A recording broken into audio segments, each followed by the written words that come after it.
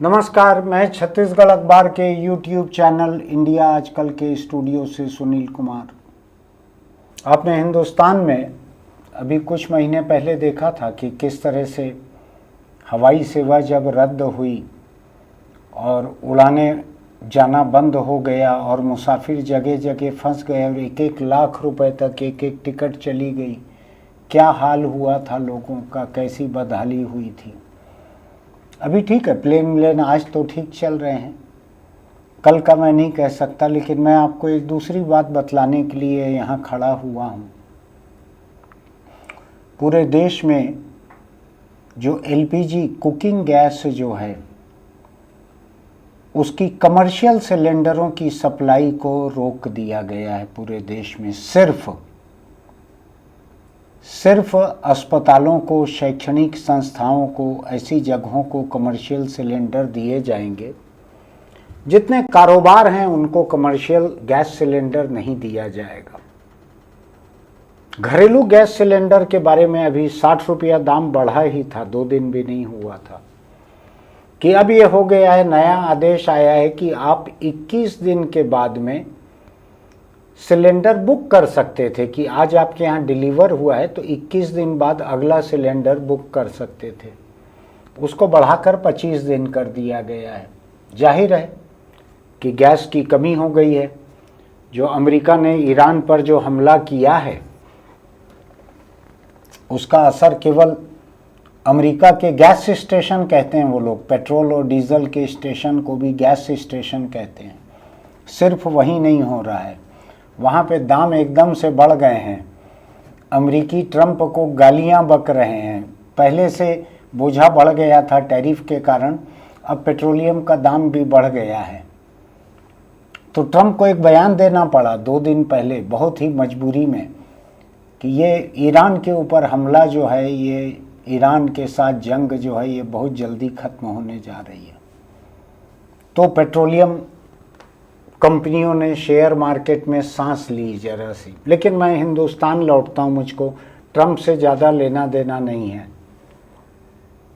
मेरे अपने शहर की बात बतलाता हूँ। बेंगलोर और दिल्ली में 2 दिन पहले से होटल एंड रेस्टोरेंट एसोसिएशन की खबरें आ रही हैं कि वो बंद कर रहे हैं कारोबार, उनको सिलेंडर नहीं मिल रहे हैं। कल मेरे शहर में, मेरे ज़िले में कलेक्टर ने बैठक लेके ये तय किया कि घरेलू सप्लाई जो है गैस सिलेंडरों की, उसमें कोई दिक्कत नहीं आनी चाहिए। जो सरकार ने कहा है कि 25 दिन के बाद अगला सिलेंडर बुक हो सकेगा वो रहे, लेकिन बाकी कोई दिक्कत नहीं होनी चाहिए। कंपनी के लोगों को भी बुलाकर, डीलर एसोसिएशन को भी बुलाकर कहा गया है। ठीक है, कहा गया है। मैं जगह जगह की तस्वीरें और वीडियो देख रहा हूँ पूरे हिंदुस्तान के। लंबी लंबी कतारें लग गई हैं सिलेंडर ले लेकर, लोग डरे सहमे हैं। मेरे वीडियोग्राफर आ रहे थे अभी, तो किसी को बोलते हुए सुन रहे थे कि कम से कम 2 सिलेंडर का इंतजाम तुरंत कर लो। अब जिसको 1 सिलेंडर चाहिए, अगर 2 का इंतजाम करने में लग गए हैं वो, तो जाहिर है कि देश में कमी और बढ़ेगी। अभी खबर यह है कि 30% करीब इंडिया का इम्पोर्टेड एलपीजी का घट गया है, क्योंकि ईरान ने अपने आसपास से जहाज निकलना कम कर दिया है। वो केवल चीन और रूस को शायद इजाज़त दे रहा है, जिन्होंने अमेरिका के खिलाफ जंग में ईरान के साथ खड़े रहने की हिम्मत दिखाई है। और कहा है उसने कि यूरोप के जो देश या खाड़ी के जो देश अमेरिकी फौजों के लिए अड्डे उपलब्ध नहीं कराएंगे, उनके जहाज डीजल, पेट्रोल, गैस के निकलने देगा ईरान वहाँ से। कुछ जल्द खत्म होते नहीं दिख रहा है। यूक्रेन का युद्ध आपने देखा है, जो युद्ध नहीं था, रूस का हमला था यूक्रेन के ऊपर, और रूस ने कहा था 3 दिन लगेगा यूक्रेन पर कब्जा करने में। अभी 5 साल पूरा हुए भी शायद 8-10 दिन हो चुके हैं, अभी तक किसी किनारे नहीं पहुंचा है। यूक्रेन का जंग जो कर सकता है रूस उसने कर लिया है। छोटा सा देश है, और ये जो है ये दुनिया की एक महाशक्ति कहलाता है रूस। कुछ उसके पास वीटो भी है उधर के लिए, संयुक्त राष्ट्र संघ के लिए। तो ईरान का ये युद्ध कितना चलेगा मुझको अभी मालूम नहीं है। अब ट्रंप खुद ही सहम गया है। उसकी पार्टी के लोग कह रहे हैं उसको कि यहां से निकलने का रास्ता ढूंढो। आप समझ रहे हैं ना, इधर एक भारत में एक पौराणिक काल में एक किरदार था जिसने मां के पेट से सीख लिया था चक्रव्यूह में घुसना, तो घुस गया था, निकल नहीं पाया था। अमेरिका के साथ ये दिक्कत जो है लंबे समय से है। अमेरिका की डेमोक्रेसी जब अपनी मां के पेट में थी उसने चक्रव्यूह में घुसना सीख लिया था। तो अमेरिका घुस गया वियतनाम में, निकल नहीं पाया वहां से, मुंह की खा के निकला 10-20 साल बाद। 58,000 सैनिक खोकर निकला था, हार कर निकला था वियतनाम जैसे छोटे से गरीब देश से। अफगानिस्तान आपको ध्यान है ना, कैसे दौड़ दौड़ के कूद के चढ़े थे प्लेन, फौजी प्लेन ऐसा रनवे पे दौड़ने लगे थे और अमेरिकी फौजी कूद के उसमें चढ़ रहे थे प्लेन में, तालिबान से जान बचाकर। मुझको बाद में ये पढ़ने मिला कि तालिबान के साथ अमेरिका ने समझौता किया कि हम हेलीकॉप्टर, अपने हथियार सब छोड़ के चले जा रहे हैं, जाते जाते मत मारना हमको। और जब काबुल शहर तक पहुंच चुके थे तालिबान, उस वक्त अमेरिकी फौजी प्लेन छोड़ कर भाग रहे थे अफगानिस्तान को। तो ये चक्रव्यूह में घुसते हैं, ये जाकर खुद ही चक्रव्यूह बनाते हैं, घुसते हैं, जगह जगह से जूता खा के निकलते हैं अमेरिकी। अब बुरा मत मानिएगा, हिंदुस्तान के साथ कोई अमेरिका अच्छा सलूक नहीं कर रहा है कि आप ट्रंप के लिए अब भी हवन करो। आपको करना होगा तो आप करो, आप किसी के लिए भी हवन कर सकते हो। इधर तो इस देश में नाथूराम गोडसे के लिए भी लोग हवन करते हैं, आप ट्रंप के लिए कर लो, क्या फर्क पड़ेगा। इस ट्रंप के इस दुनिया पर थोपे गए जंग की वजह से ये गैस की किल्लत आई है, जिसकी वजह से पूरे हिंदुस्तान में होटल, रेस्टोरेंट, छोटी छोटी ईटरी बंद होने के कगार पर है। खबर ये कहती है कि मुंबई में 20% रेस्तरां बंद हो चुके हैं।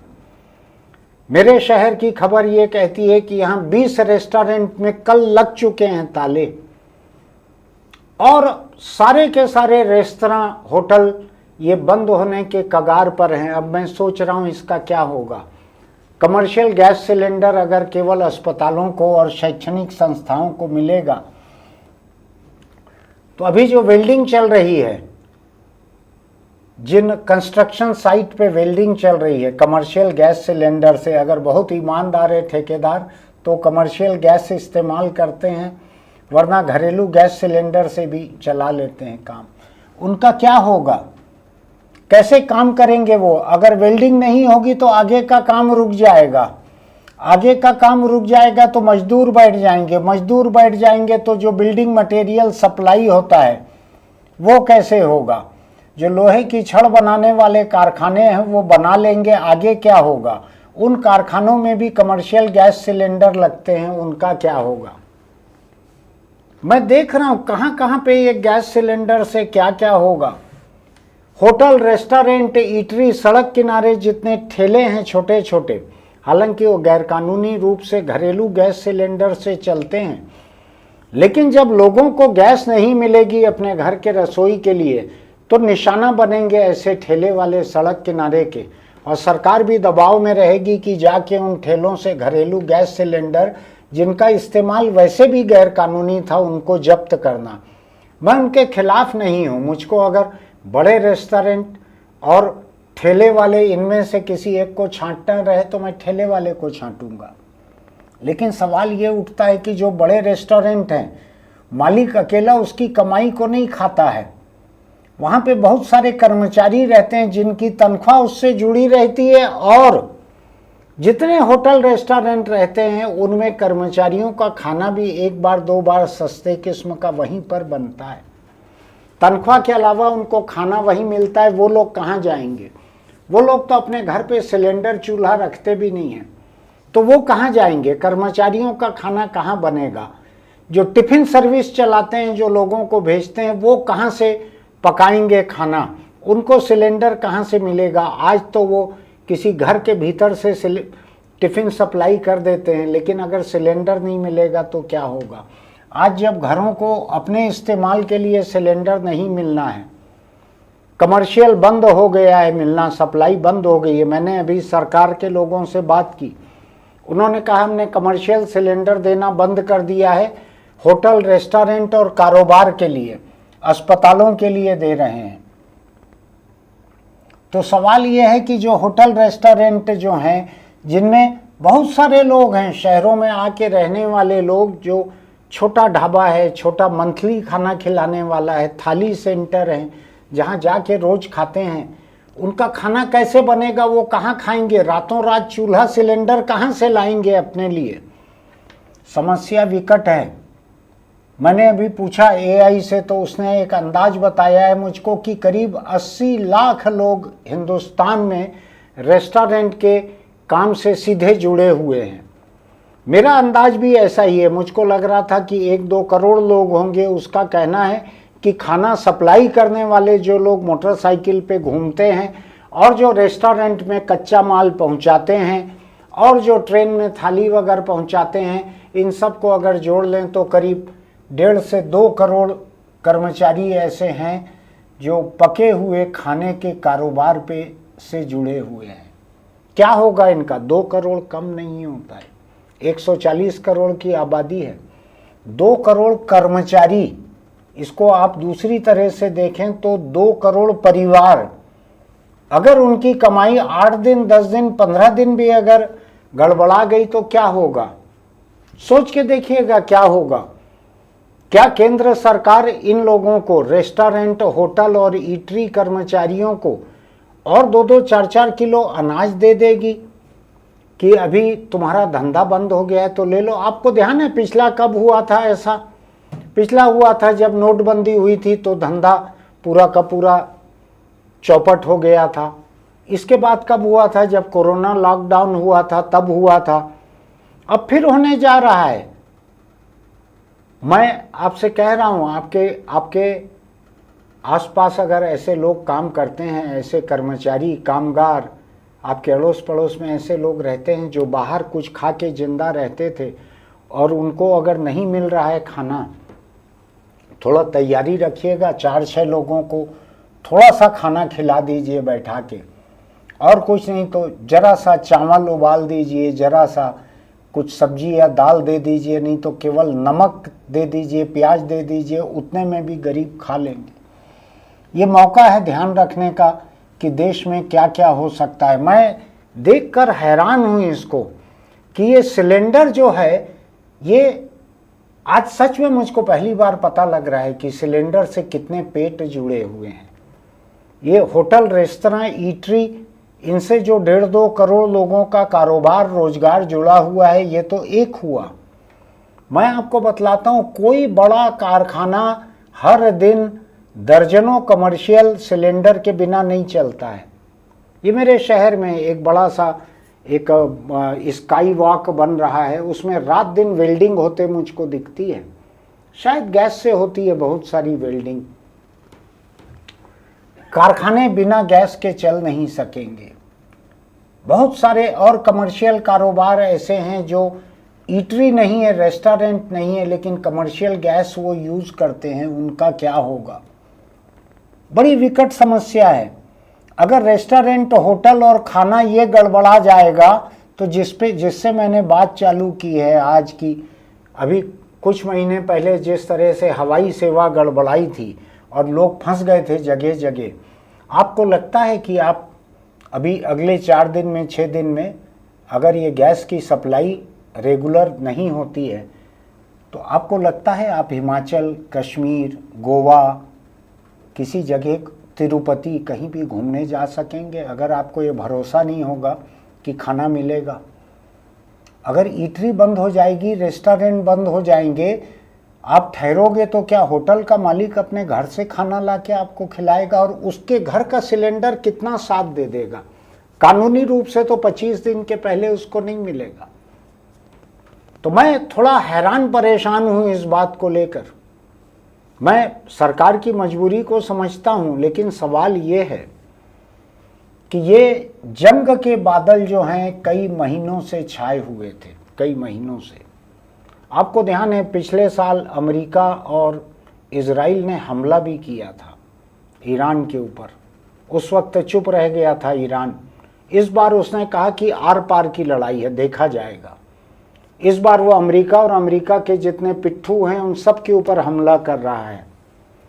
तो ये जल्दी बदलते मुझको नहीं दिख रहा है ये माहौल, जल्दी मुझको ये गैस की किल्लत खत्म होते नहीं दिख रही है। और अगर मान लीजिए ईरान वाली किल्लत अभी खत्म हो भी जाती है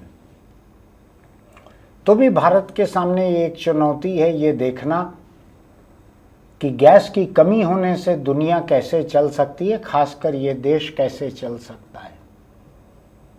2 करोड़ लोग अगर खाने के कारोबार से जुड़े हैं तो उन परिवारों का क्या होगा, 2 करोड़ परिवारों का, ये सोच रहे। और ये इस कारोबार में बहुत अधिक तनख्वाह वाले लोग नहीं रहते हैं। 6,000, 8,000, 12,000 वाले ही 90% लोग होंगे। होटल और ईटरी के कारोबार में 12,000 रुपये महीने से पाने वाले लोग 10% भी नहीं होंगे। छोटे छोटे लोग जो ठेले पे बेचते हैं सामान, वो भी रोज कमाओ रोज खाओ जैसे लोग रहते हैं। और मैं देखता हूँ क्या होगा, सारा का सारा कंस्ट्रक्शन जो है, बड़ा कंस्ट्रक्शन जिसमें स्टील में वेल्डिंग की ज़रूरत पड़ती है, वो चौपट हो जाएगा। और वो अगर चौपट होगा तो उसके बाद में वहाँ दूसरा मटेरियल आगे लगना बंद हो जाएगा, ट्रांसपोर्ट बंद हो जाएगा। मैं बहुत ज़्यादा डराना भी नहीं चाहता हूँ, लेकिन मैं ये कहना चाहता हूँ कि एक सिलेंडर इतना कीमती हिंदुस्तान में इसके पहले शायद ही कभी रहा हो। सरकार ने कमर्शियल सप्लाई को पूरी तरह से बंद कर दिया। आप अपने आसपास खुद ही अंदाज लगाइए, मुझको और डराने मत दीजिए कि कमर्शियल सिलेंडर के बिना आपके आसपास के कौन कौन से काम रुक जाएंगे। हॉस्टलों का खाना कैसे बनेगा, वहाँ भी खाना लगता है। बच्चे अपने घर से तो सिलेंडर लेके नहीं आ सकते हॉस्टलों के। जो हाईवे पे ढाबा रहता है, अब आप मुझको एक बात बताइए, एक ट्रक वाला है, ड्राइवर, कंडक्टर, क्लीनर, 3 लोग 4 लोग एक ट्रक में चलते हैं। वो कश्मीर से कन्याकुमारी तक सफ़र करते हैं। दिन में 2 बार 3 बार हाईवे पे गाड़ी रोक कर कहीं किसी ढाबे पे खा लेते हैं। नहीं मिलेगा कमर्शियल सिलेंडर तो आपको लगता है रातों रात लोग जो हैं लकड़ी के चूल्हे पे बनाने लगेंगे, कोयले पे बनाने लगेंगे। इतनी लकड़ी आएगी कहाँ से? घरों में भी चूल्हे में इतनी लकड़ी आएगी कहाँ से? और ये लकड़ी जो है ये पर्यावरण के ऊपर बड़ा नुकसान करेगी। अगर बन भी जाएगा खाना तो क्या ऐसा होगा कि टिफ़िन जो है, फूड ट्रे जो है हाईवे पे बिकने लगेगी? मैं ज़्यादा डराना नहीं चाहता, हो सकता है आने वाले दिनों में हालत कुछ सुधर भी जाए।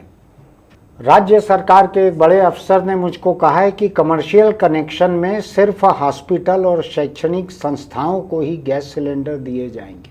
साफ साफ कहा है। अब आप बतलाइए, चोरी छिपे घरेलू गैस से जिनका काम चलता था वो भी क्या अब चल पाएगा? क्या इतने आसानी से उनको 2 नंबर के बाजार में सिलेंडर मिलने लगेंगे? क्या कई बार पकड़ाया है यहाँ इस शहर में, एक टैंक से दूसरे टैंक में गैस को रिफिल करने का कारोबार कई बार पकड़ाया है। तो क्या वो कारोबार बढ़ने लगेगा? क्या कालाबाजारी होने लगेगी? क्या कुछ दिनों के भीतर 2000 में सिलेंडर मिलने लगेगा? मैं नहीं जानता हूँ कि क्या होने जा रहा है, लेकिन गैस जो कि एकदम हल्की मानी जाती है वो आज एक बहुत वजनदार समस्या बन गई है, एक वजनदार दिक्कत बन गई है। सोचिएगा कि आप क्या कर सकते हैं, गैस की खपत को कम करने के लिए आप क्या कर सकते हैं। फिर मिलेंगे। आपको लगता है कि मैंने कोई काम की बात की है तो हमारे इस वीडियो के लिंक को अपने दोस्तों को भी भेजिएगा। दिक्कत पूरे हिंदुस्तान पर आई हुई है, बाकी दुनिया की बात अभी मैं कुछ देर नहीं कर रहा हूँ। हमारे YouTube चैनल इंडिया आजकल को सब्सक्राइब कीजिए, लाइक कीजिए, नोटिफिकेशन की बटन दबाइए और कमेंट बॉक्स में लिखिए कि आपका इस बारे में क्या कहना है। और उम्मीद कीजिए कि ट्रंप के ऊपर अमेरिकियों का इतना दबाव पड़े कि ये जंग जल्दी ख़त्म हो। वही एक तरीका है हिंदुस्तान के 10 करोड़ लोगों के खाने का। वरना दसियों करोड़ लोगों के खाने पे एक दिक्कत आने जा रही है, रोजी रोटी की दिक्कत तो है ही। फिर मिलेंगे। चलते चलते एक छोटी सी सलाह, अगर आप बीड़ी सिगरेट गुटखा तंबाकू खाते पीते हैं तो उसको छोड़ दीजिए, वरना कैंसर आपको नहीं छोड़ेगा। आप किसी और की मिसाल इस्तेमाल मत कीजिएगा कि वो तो 40 साल से सिगरेट पी रहे हैं, उनको तो कैंसर नहीं हुआ है। ये गिनी चुनी मिसालें रहती है, कुछ लोगों को नहीं भी होता है, अधिकतर लोगों को होता है। तंबाकू खाने पीने वाले अधिकतर लोगों को कैंसर होता है। आप अपने आसपास के जो भी कैंसर अस्पताल होगा 2-4-10 किलोमीटर में, वहाँ जाके घूम के मरीजों की हालत देख के आइएगा। मेरा ऐसा मानना है कि आपसे तंबाकू छूट जाएगी। एक बार जाइए, लोग तीर्थ करने जाते हैं ना, तीर्थ करने जाते हैं, उधर कोई ऐब छोड़ के आते हैं, नशा छोड़ के आते हैं कि मैं आज से ये नशा नहीं करूँगा। मेरी सलाह ये है, तीर्थ छोड़िए, आप कैंसर अस्पताल में घूम के आइए, कैंसर पर्यटन करके आइए, आप छोड़ देंगे तंबाकू। फिर मिलेंगे।